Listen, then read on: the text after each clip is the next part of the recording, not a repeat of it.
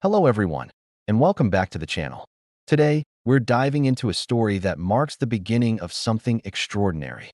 We're talking about the very first miracle performed by Jesus, a moment that revealed his divine power in a truly unexpected setting, a wedding party. Picture this. You're in Cana, a small village in Galilee. The air is filled with music, laughter, and celebration. A young couple is getting married, and it's the biggest day of their lives.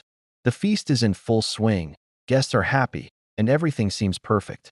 Jesus is there, along with his mother, Mary, and his first disciples. They were invited to share in the joy of the occasion. But then, disaster strikes. In the middle of the festivities, they run out of wine. Now, this might sound like a small problem to us, but in that culture, it was a huge deal. Running out of wine was a major social embarrassment for the host family. It signaled poor planning and a lack of hospitality, and it would have cast a dark shadow over the couple's special day, something they'd be remembered for all the wrong reasons. This is where Mary steps in. She knows her son is special. She turns to Jesus and simply says, "They have no more wine."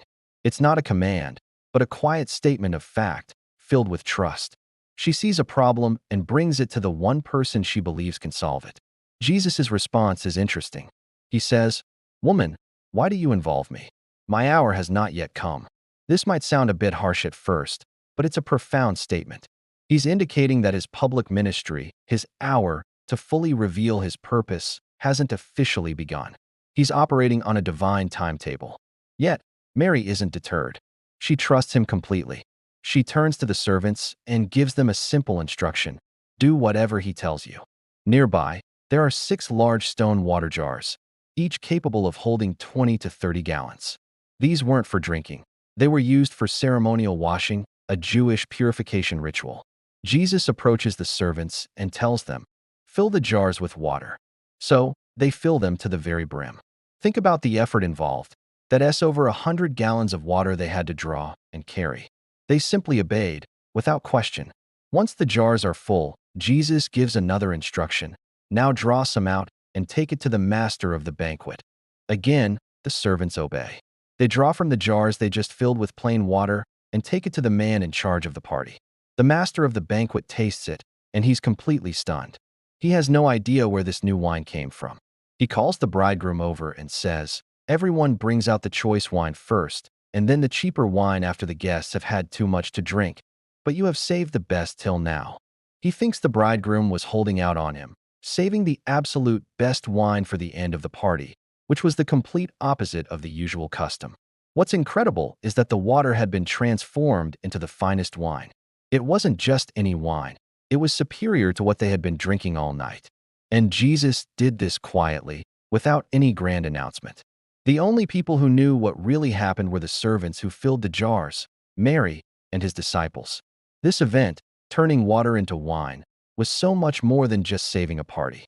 The Gospel of John calls it the first of Jesus' signs. It was a powerful demonstration of his identity and his mission. It showed that he has power over nature itself, that he can transform the ordinary into the extraordinary. This miracle reveals a few beautiful things about Jesus' character. First, it shows his compassion.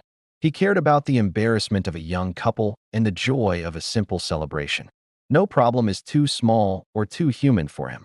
Second, it shows the theme of newness and transformation that is central to his message. He takes the water of old rituals and turns it into the new wine of celebration and joy. He came to bring something new and abundant.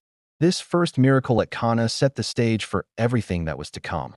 It was a sign that the Messiah was not just a teacher, but a powerful, compassionate Savior who brings abundance and joy into our lives. It was the quiet beginning of a ministry that would change the world forever.